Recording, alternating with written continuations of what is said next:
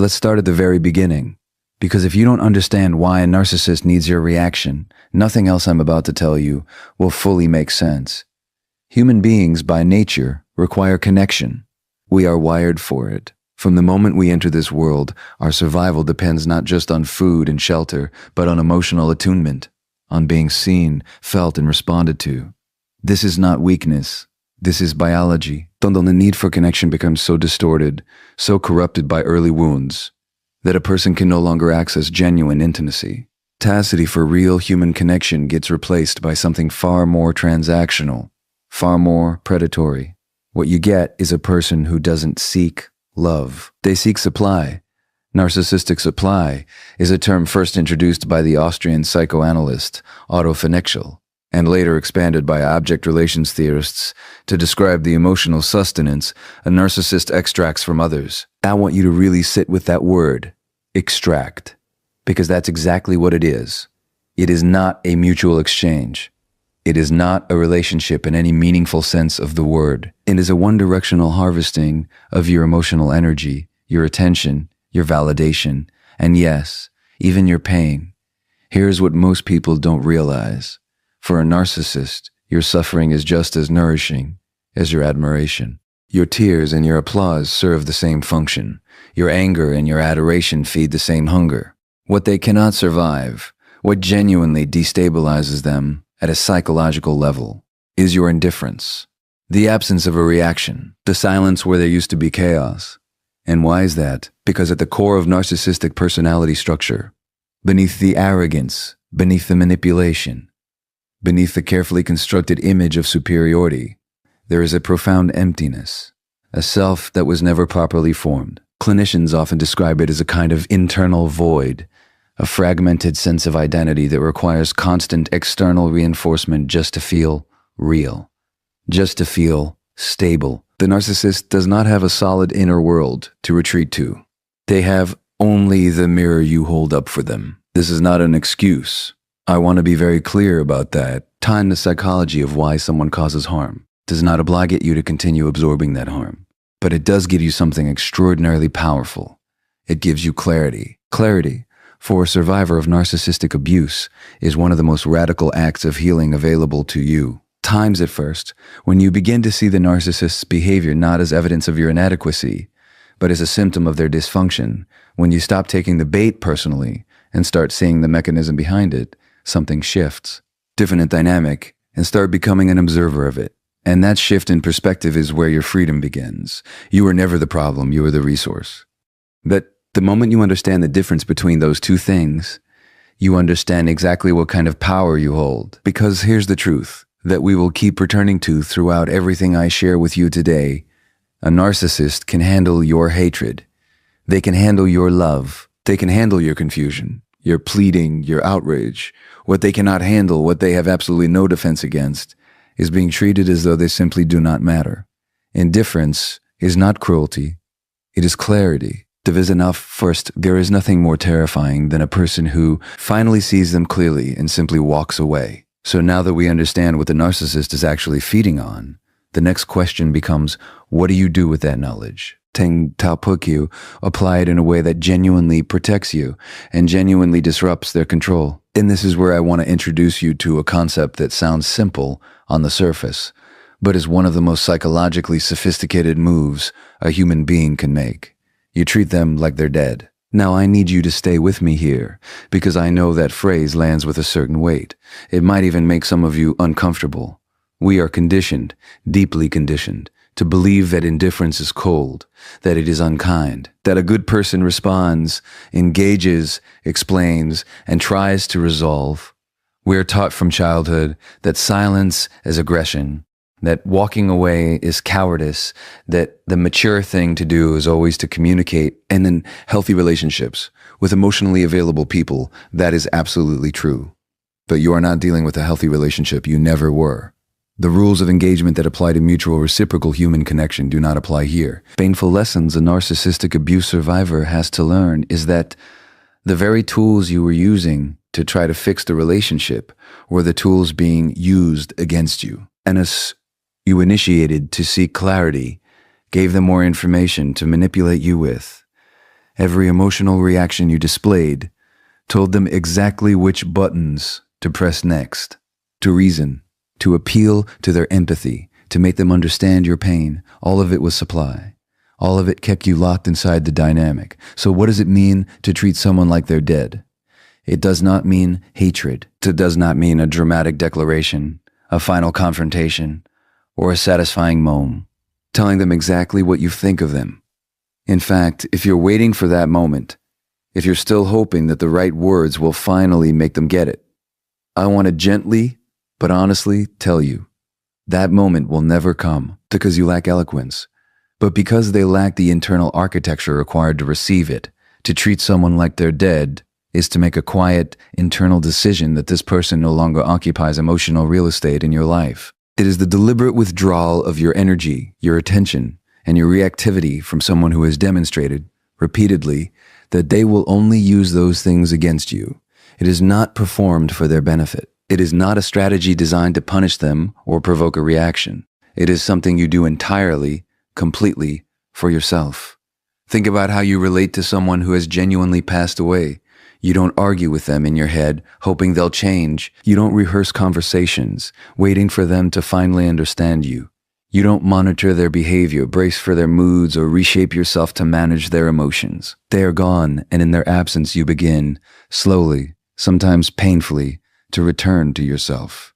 That is the energy we are talking about, cerebrally, but that particular kind of release that comes when you stop fighting for something that was never going to give you what you needed. There's a philosophical dimension to this that I think deserves to be named. The ancient Stoics spoke at length about the discipline of not giving power to that which does not deserve it. Marcus Aurelius wrote that you have power over your mind, not outside events, and that realizing this is the foundation of freedom. To treat a narcissist as though they are dead is to practice exactly that. Imports it as to say, your chaos is real, but it is no longer mine. You don't have to announce your liberation. You don't have to explain it, justify it, or perform it. The most powerful thing you will ever do is simply stop. Stop engaging. Stop reacting. Stop feeding what was always feeding on you. And in that stillness, begin the quiet, radical work of coming back to life. Damon refers point save. Here is the expanded segment for key point 3. We've established what narcissistic supply is, and we've established what it looks like to withdraw it. But I want to go deeper now, because understanding what to do is only half the equation. The other half is understanding why it works. Why does your silence, your indifference, your emotional withdrawal so completely destabilize someone who presented themselves as untouchable? Why does a person who spent years making you feel small suddenly unravel the moment you stop responding?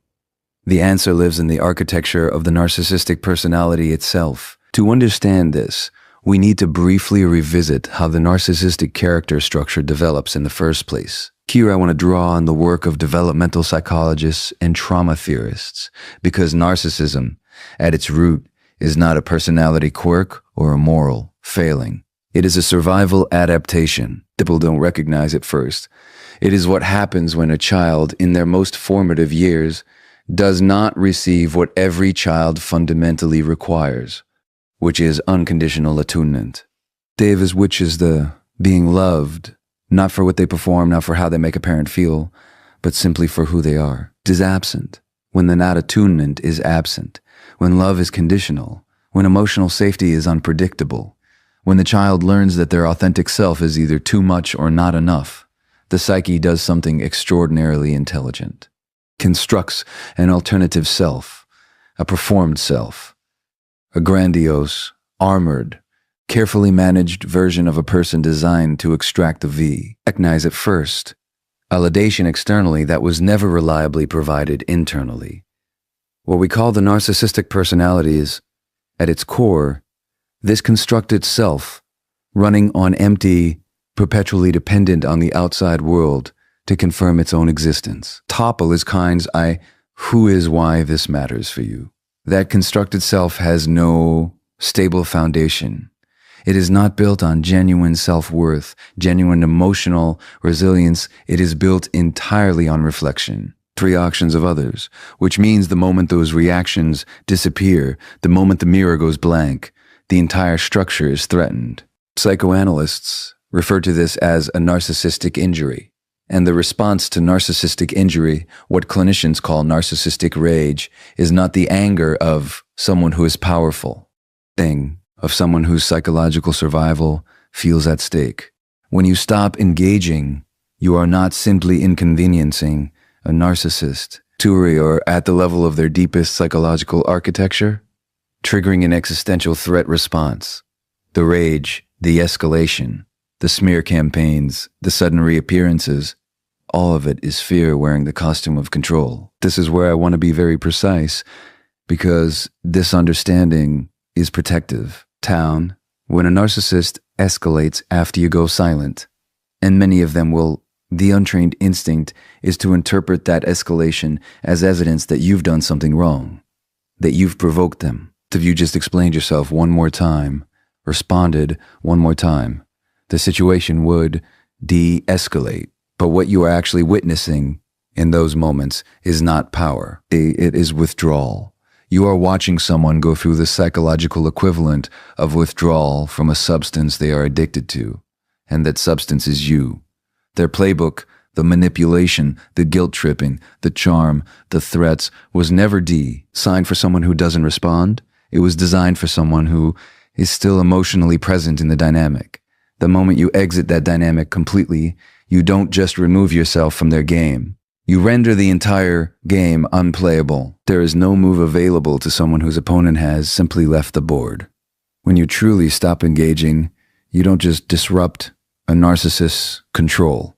You expose the most devastating truth they spend their entire lives running from. That without your reaction, without your energy, without your presence sustaining them, there is nothing there. And a person who has built their whole identity on dominance has no greater fear than the silence that proves they never had any power at all. Here is the expanded segment for key point 4. So we've arrived at a question that I know many of you are sitting with, particularly those of you who cannot simply walk away. People don't recognize it first because the reality of narcissistic abuse is that it doesn't always exist in a context where complete removal is immediately possible. There are co-parenting arrangements. There are shared workplaces. There are family systems where the narcissist sits at the center of every gathering, every holiday, every obligatory event. For those of you navigating those circumstances, the instruction to go no contact, as valid and as healing as it is, can feel not just impractical, but almost cruel in its simplicity. So what do you do when complete silence isn't an option? How do you protect your energy, your identity, and your psychological integrity when forced contact is simply a reality of your life? This is where the gray rock method becomes not just useful, but genuinely transformative. Time is elegant in its simplicity, and I want you to picture it literally for a moment. Think of a gray rock, not a striking gemstone, not a jagged, dramatic cliff face, just a Tation my Verstead, an ordinary, unremarkable, completely uninteresting gray rock sitting on the ground. You walk past it without a second glance. There is nothing about it that invites your curiosity, provokes your emotions, or demands your attention. It simply exists, neutral, flat, and utterly devoid of anything worth engaging with. That is what you become. When you apply the gray rock method, you are making a deliberate, conscious decision to become the least interesting version of yourself in the narcissist's presence. Not because you are uninteresting, but because you understand, with great psychological clarity, that your vibrancy, your depth, your emotional richness are not safe in this particular environment. You are not dimming your light permanently. You are strategically, temporarily, and purposely withdrawing it from someone who has proven they will only use it as a weapon. In practical terms, this means your responses become short, factual, colorless. Trapdoor. When they probe for emotional reactions, you offer none. When they bait you with provocations designed to trigger guilt, anger, or defensiveness, you respond with the conversational equivalent of a gray rock. Yes, no, I don't know, fine. You do not volunteer information about your life, your feelings, your victories, or your struggles. You offer nothing that can be stored, distorted, and used against you later. People don't recognize at first. You become, in the most strategic sense of the word, boring. And here is what makes this method so psychologically sophisticated. It is not suppression. Dofers. It is not the unhealthy swallowing of emotions that so many survivors have already spent years doing in the relationship. It is something fundamentally different. Suppression happens when you feel deeply and force yourself not to show it out of fear. The Grey Rock method, practiced correctly, comes from a place of detachment, from having done enough internal work that you genuinely no longer feel compelled to perform for this person. The goal is not to hide your emotions from the narcissist. The goal is to reach a place where this person no longer has the access required to generate those emotions in you. There is a meaningful distinction between those two things, and it matters enormously for your healing. One keeps you trapped inside the dynamic, white-knuckling your way through interactions.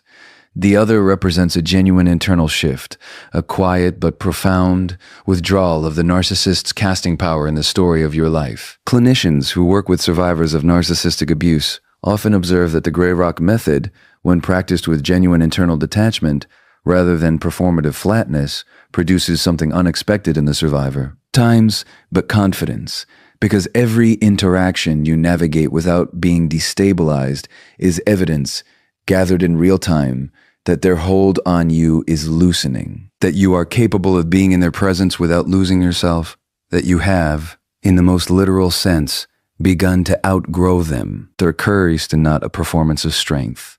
It is the quiet evidence of it. And every time you walk away from an encounter having given them nothing to work with, you are not just protecting yourself. At first, you are proving, one interaction at a time, that you are no longer available to be consumed. Here is the expanded segment for key point 5. Now I want to prepare you for something. Because everything we've discussed so far, the withdrawal of supply, the emotional detachment, the Grey Rock, the quiet but profound decision to stop engaging, all of it sounds like relief. And it is, but there is a stage that comes before the relief fully arrives, and if you are not prepared for it, it can pull you back in at the exact moment you are closest to freedom. When a narcissist begins to lose their grip on you, they do not quietly accept it. They escalate to with I want to be very precise about what that escalation looks like, because it wears many faces, and some of those faces are ones you have been conditioned over months or years of abuse to respond to with hope. The first phase is what clinicians call hoovering. Named after the vacuum brand, hoovering is the narcissist's attempt to suck you back into the dynamic just when you've created meaningful distance. Take sudden warmth, unexpected tenderness, a version of the person you first fell in love with, or first trusted, first admired, first believed in. They remember your favorite things. They use the language you always needed to hear. They show up, seemingly transformed, with exactly the right words, at exactly the right moment. For a survivor whose nervous system has been trained to associate this person with both the wound and the relief, the pull can be almost unbearable. This is not love returning. This is a system in panic, reaching for its power source. Then there is love bombing, which in this context is not the love bombing of the initial relationship, but a targeted, intensive campaign designed specifically to reestablish the dynamic you've begun to dismantle. Gifts, grand gestures, declarations, performance of devotion so compelling that your own mind begins to question whether you've been unfair, whether you've overreacted, whether perhaps this time something has genuinely changed. This is precisely what it is designed to make you think. Tuition is I first, and the cruelty of it is not just in the manipulation itself, but in how effectively it exploits the very hope that makes you human. When neither of those approaches work, the mask shifts again. TANS is often the smear campaign, a systematic effort to destroy your reputation, your credibility, and your support network before you can fully establish your independence from them. They get there first. They reframe the narrative. They position themselves as the victim of your coldness, your instability, your cruelty. They recruit allies, often unwitting ones, into a story where your healing looks like aggression, and their abuse looks like heartbreak. Finally, when all else fails, when the hoovering hasn't worked, the love bombing hasn't worked, the smear campaign hasn't broken your resolve, you may encounter the rawest expression of narcissistic injury, pure rage. Intimidation, escalating provocations designed to force a reaction, any reaction, because even your anger is preferably your indifference. Here is what I need you to understand about every single one of these responses. They are not evidence of your wrongdoing, being too harsh, too cold, or too unforgiving. They are a diagnostic, at first. Each escalation is clinical confirmation that what you are doing is working. A person who had genuinely moved on, a person who truly didn't need you, would not pursue you through every available channel the moment you stopped responding. Intensity of their reaction is the most honest thing they will ever show you, because it reveals, with devastating clarity, exactly how much of their stability was built on your compliance. You are not witnessing power in those moments. You are witnessing the structural collapse of a system that was never built to survive your absence. When a narcissist escalates after you go silent, do not read it as a reason to return. Read it as confirmation that leaving was exactly right. The chaos that follows your silence is not your responsibility to resolve. It is the sound of their control falling apart, and your only job in that moment is to let it fall. There is something I want to ask you, and I want you to sit with it honestly, without judgment, without the instinct to move past it too quickly. Who were you before this relationship? Not the role you played in it. Not the version of yourself that learned to manage their moods, anticipate their needs, shrink into corners, or perform a carefully calibrated version of yourself designed to minimize conflict and maximize approval. Person underneath all of that, the one with preferences that had nothing to do with keeping someone else comfortable. The one with opinions they didn't instinctively censor. The one who took up space without apologizing for it. Can you remember that person? For many survivors, the honest answer is only barely. Tender examined dimensions of narcissistic abuse, and I think it deserves far more attention than it typically receives in the conversation around recovery. We talk extensively, and rightly so, about the trauma. And that dilation, the gaslighting, trust, the erosion of trust. But what we don't talk about enough is the specific, systematic way in which prolonged narcissistic abuse dismantles a person's sense of self, not through a single dramatic act, but through 1,000 small ones. Comment here, a dismissal there, a raised eyebrow at your excitement, a subtle reframing of your reality until you no longer trust your own perceptions. Telepal, process, a slow, almost imperceptible process of replacement, where your authentic identity is gradually substituted with a version of yourself built entirely around their needs, their narrative, and their comfort. Psychologists refer to this process as identity erosion, and what makes it so insidious is that it rarely feels like violence while it's happening. It feels like adaptation.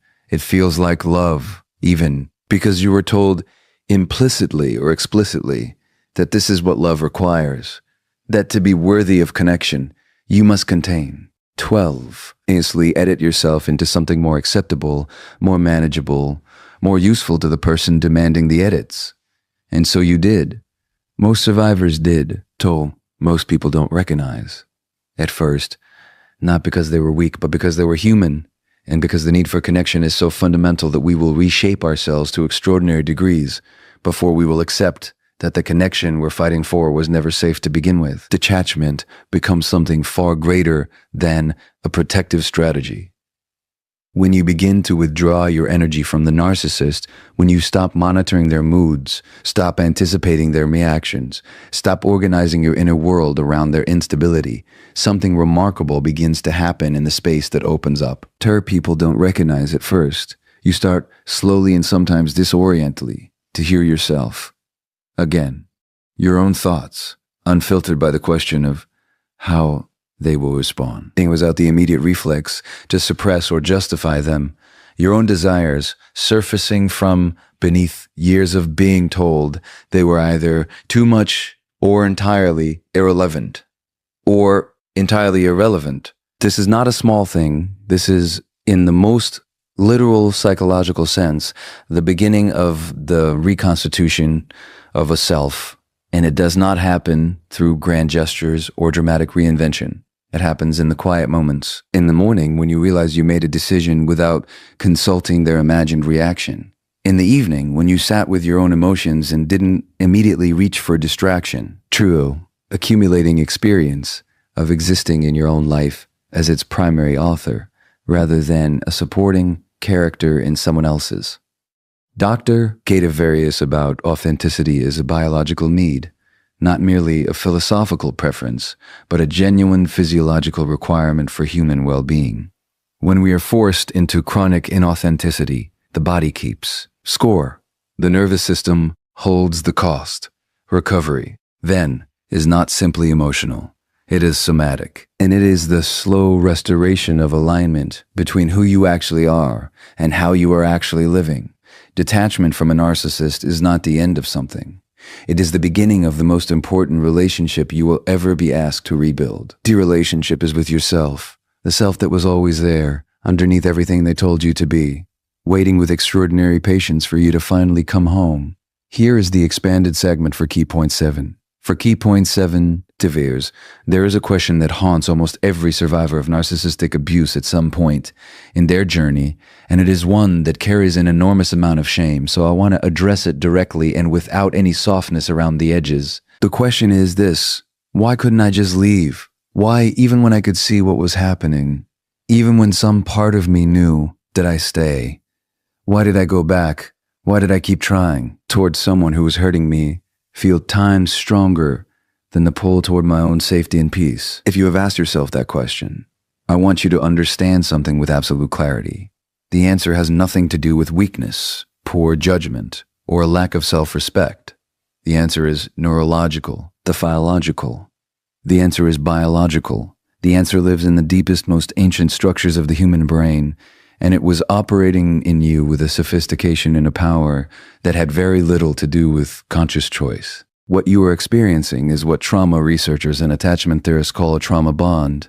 To understand how a trauma bond forms, we need to understand one of the most well-documented phenomena in behavioral psychology, intermittent reinforcement. And, it was first observed in Skinner's research on operant conditioning, and what it revealed was both elegant and disturbing.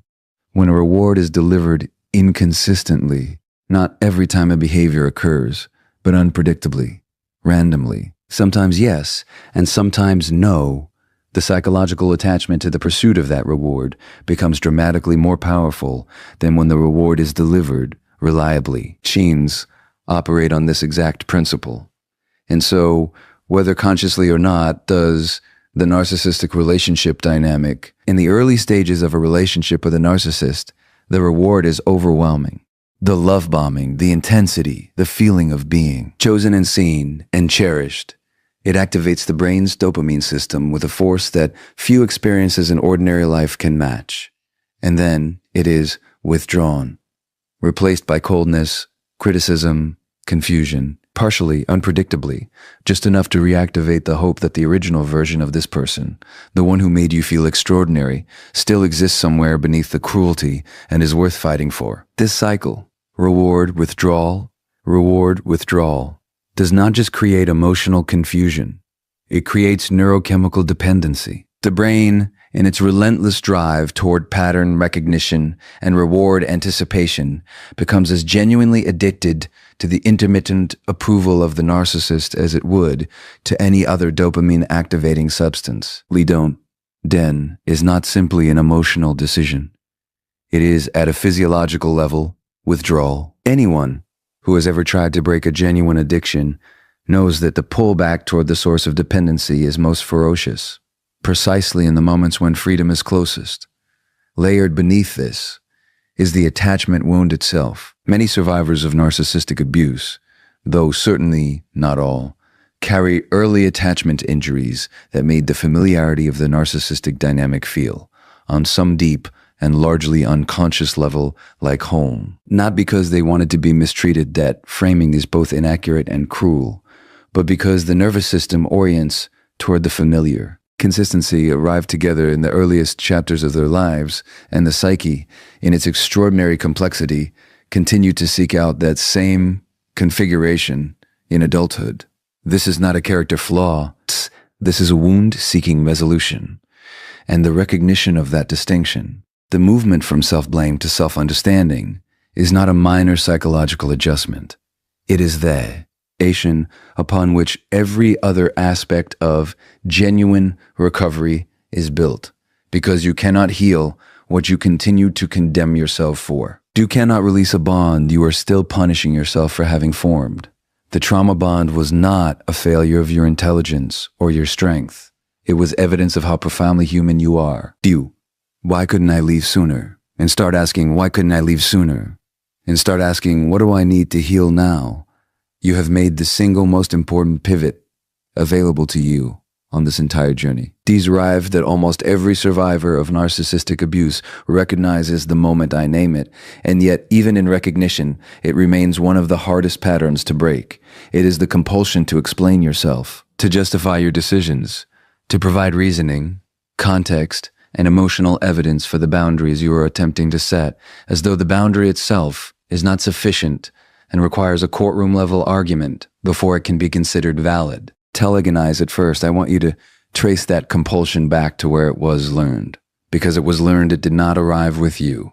In a healthy relational environment, explanation and communication are genuinely useful. Two people with mutual respect and emotional availability encounter a disagreement or a limit. Talking it through produces understanding, and understanding produces resolution. Explanation serves a real function in those dynamics. But what happens when you bring that same tool into a relationship with someone who has no intention of understanding you, someone whose primary interest in your explanation is not comprehension, but ammunition? What happens is that every reason you give becomes a gap they can argue through. Every emotion you disclose becomes a vulnerability they can exploit. Every justification you offer becomes evidence in a counter-narrative they are aria. Constructing, one in which your boundary is unreasonable, your feelings are exaggerated, your perception of events is fundamentally flawed, and their behavior is entirely justified by your own failures and inadequacies. Tames, hoping for resolution. They came to the conversation hoping for resolution. They came to it looking for an opening. This is the machinery of gaslighting in one of its most sophisticated forms, and the deeply painful irony is that the more articulately you explain yourself, the more material you provide for the dismantling of your own reality. Survivors often describe spending hours, sometimes days, in conversations that began as attempts to establish a simple boundary and ended with them questioning their own sanity, apologizing for things that were done to them, far more trapped than before the conversation started. So let me offer you something that may initially feel counterintuitive, but which carries an enormous amount of psychological liberation within it. You do not owe anyone an explanation for protecting yourself. And most people don't recognize, at first, a boundary is not a proposal. It is not a discussion point. Without an opening position in a negotiation. It is a statement of what you will and will not participate in. And its validity does not depend on the other person's agreement, understanding, or approval. This is a radical concept for many survivors, because the entire relational architecture of narcissistic abuse is built on the premise that your needs, your limits, and your reality require external validation before they count. Tactically, and often ruthlessly, to believe that your boundaries were only legitimate if they could withstand cross-examination, that your feelings were only real if they could be proven, that your perception of events was only trustworthy if it aligned with theirs. And so you kept explaining, kept justifying, kept trying to build a case convincing enough that they would finally have to concede your right to simply exist on your own terms. That concession was never coming, not because your case wasn't strong enough, but because the goal was never understanding. The goal was engagement. Explanations, however reasonable, however eloquent, however emotionally honest, were the most reliable form of engagement available to them. When you stop explaining, when silence becomes your answer, when no becomes a complete sentence, when no becomes a complete sentence. Tutorial that used to follow every boundary you attempted to set. You do something that the narcissist's entire system of control is completely unprepared for. You close the opening. You remove the gap, present a wall with no doors, and no amount of argument, manipulation, or emotional pressure can find a way through something that offers no point of entry. There is a quiet but profound confidence that develops in survivors who learn to set boundaries without explanation. It is the confidence of someone who has finally internalized what they always deserve to know, that their limits do not require a defense, that their well-being does not require a permission slip, that they are the sole and sovereign authority over what they allow into their life, their energy, and their emotional world. It is not rudeness. It is self-respect in its most distilled form. People don't recognize it first, and when you finally stop justifying your right to protect yourself to the person who made protection necessary, you have reclaimed something they spent years trying to convince you that you never had, the unquestionable authority of your own voice.